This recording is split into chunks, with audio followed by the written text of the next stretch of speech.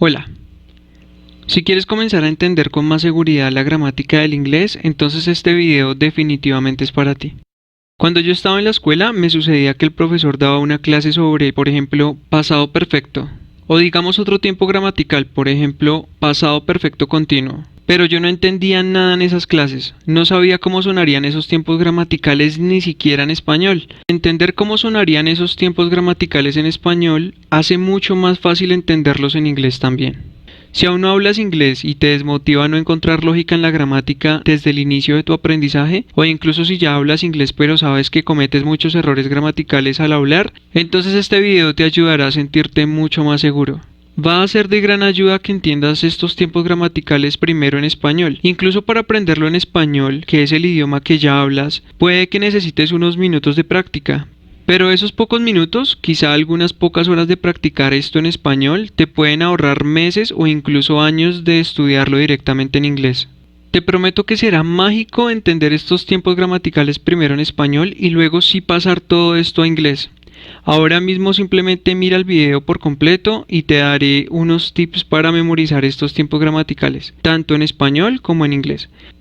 La lista de los nombres de estos tiempos gramaticales en español la escribí porque quizá quieras conocer estos nombres en español. Lo que sí deberías memorizar bien, si quieres aprender esta gramática, son los nombres de estos tiempos gramaticales para inglés, que es esta lista. Voy a leer el nombre del tiempo gramatical y utilizando el pronombre yo conjugaré el verbo hablar. Al tiempo que utilizaré también otro pronombre y otro verbo porque así es como deberías poder hacerlo. Por ejemplo, utilizaré el pronombre ellas y el verbo cantar. Presente simple, yo hablo, ellas cantan. Pasado simple, yo hablé, ellas cantaron. Hábitos del pasado, yo hablaba o yo solía hablar, ellas cantaban o ellas solían cantar. Presente perfecto, yo he hablado, ellas han cantado. Pasado perfecto, yo había hablado, ellas habían cantado. Presente continuo, yo estoy hablando, ellas están cantando. Pasado continuo, yo estaba hablando, ellas estaban cantando. Presente perfecto continuo, yo he estado hablando, ellas han estado cantando. Pasado perfecto continuo, yo había estado hablando, ellas habían estado cantando. Futuro con going to, yo voy a hablar, ellas van a cantar. Futuro con will, yo hablaré, ellas cantarán. Futuro perfecto, yo habré hablado, ellas habrán cantado. Futuro continuo, yo estaré hablando, ellas estarán cantando. Futuro perfecto continuo, yo habré estado hablando, ellas habrán estado cantando. Futuro con presente simple, yo hablo mañana, ellas cantan mañana. Futuro con presente continuo, yo estoy hablando mañana, ellas están cantando mañana. Aquí la palabra mañana podríamos cambiarla por cualquier otro complemento que deje claro que esta gramática del presente simple o del presente continuo no tiene un significado de presente, sino de futuro. Primero quiero que observes que hay dos verbos muy importantes aquí que estamos manejando como auxiliares para poder hacer estas conjugaciones de estos tiempos gramaticales.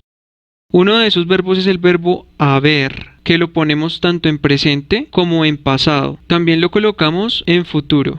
Otro verbo muy importante es el verbo estar, que también lo utilizaremos en presente, pasado, futuro. Otra combinación que haremos de este verbo es estado, que termina en ado.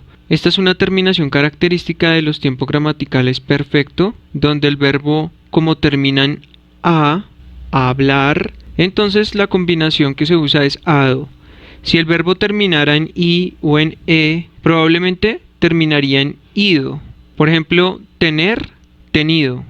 O por ejemplo, batir, batido.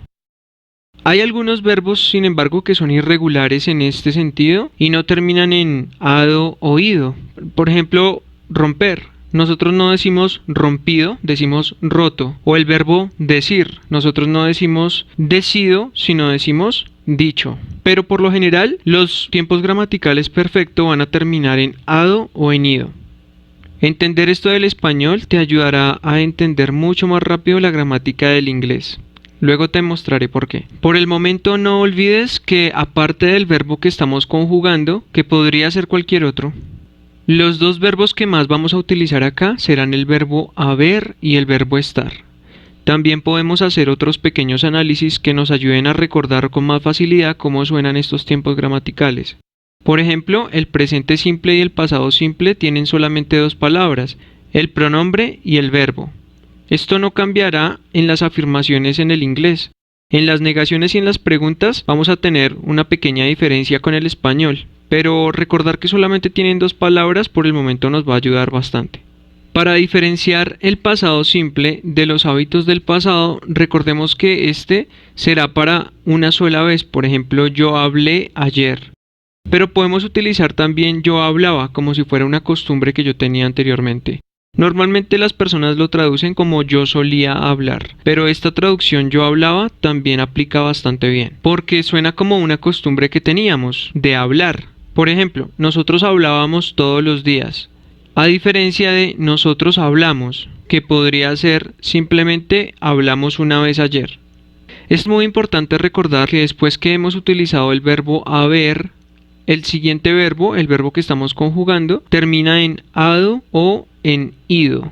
Esto será de gran ayuda a recordarlo. Con respecto al verbo estar, podemos recordar también que después de utilizarlo como auxiliar, el verbo que estamos conjugando lo estamos terminando en ando, porque nuestro verbo hablar termina en a. Si nuestro verbo terminara en i o en e, la terminación sería endo.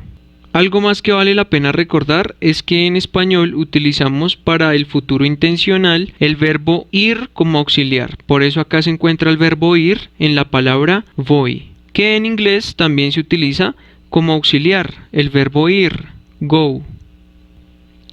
La terminación re o oremos o ran, como por ejemplo hablaré, hablaremos, hablarán, es reemplazada en inglés por will, pero se colocará antes del verbo, no al final del verbo como en español, sino que se coloca antes del verbo. Luego lo veremos.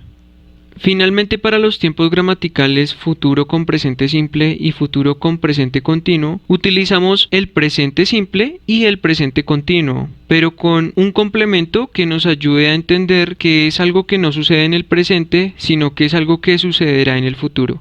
Bien puede ser una palabra como mañana, o un horario, o la próxima semana. Dependerá de la especificación que queremos hacer.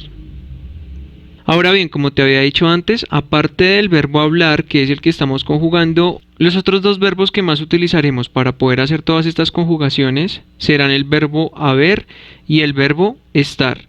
Y siendo tan importantes estos verbos, vamos a darle un vistazo a sus conjugaciones. Conjugar el verbo haber y el verbo estar es más fácil en inglés que en español. Para el verbo haber en presente, en español tenemos el ha, ella ha, eso ha, yo he, nosotros hemos, tú has, usted ha, ustedes han, ellos han. En inglés es más sencillo porque solamente tenemos has y have para el presente. Para él, ella y eso utilizamos has y para todos los demás vamos a utilizar have. El pasado es aún más fácil porque en el español tenemos el había, ella había, eso había, yo había, nosotros habíamos, tú habías, usted había, ustedes habían, ellos habían, y en inglés todas estas palabras son reemplazadas por una sola, por had. Finalmente el futuro es muy sencillo también, más fácil que en el español. En el español tenemos el habrá, ella habrá, eso habrá, yo habré, nosotros habremos, tú habrás, usted habrá, ustedes habrán, ellos habrán. Y en el inglés, todas estas palabras son reemplazadas solamente por will, have. Entonces, es mucho más sencillo el inglés en esta parte de la gramática. Simplemente recuerda que utilizaremos la primera columna del verbo haber y la segunda columna del verbo haber, y esta no es la tercera columna del verbo haber, porque la tercera columna de los verbos de inglés no es futuro. Es decir, la tercera columna de los verbos no la vamos a utilizar en el verbo haber para estos tiempos gramaticales que ya revisamos anteriormente. En cambio, para el verbo estar, sí utilizaremos las tres columnas de los verbos y también la del futuro. Conjugar el verbo estar también es más fácil en inglés que en español. En español tenemos él está, ella está, eso está, yo estoy, nosotros estamos, tú estás, usted está, ustedes están, ellos están. Pero todo esto vamos a reemplazarlo solamente con tres palabras. Él, ella y eso manejarán el verbo estar con la conjugación is. Yo maneja el verbo con la conjugación am. y todos los demás, nosotros, tú, usted y ellos, con la conjugación are. El pasado es más fácil que el presente. Miremos, en español tenemos él estaba, ella estaba, eso estaba, yo estaba, nosotros estábamos, tú estabas, usted estaba, ustedes estaban y ellos estaban. Pero solamente tendremos dos palabras para reemplazar todo esto en el inglés. Él, ella, eso y yo será con was. Y nosotros, usted, ustedes, ellos, todos los demás tendrán were. La tercera columna de los verbos en inglés tiene el mismo significado que los verbos en el español cuando los terminamos en ado o en ido. En este caso, como el verbo estar termina en a, su terminación será ado.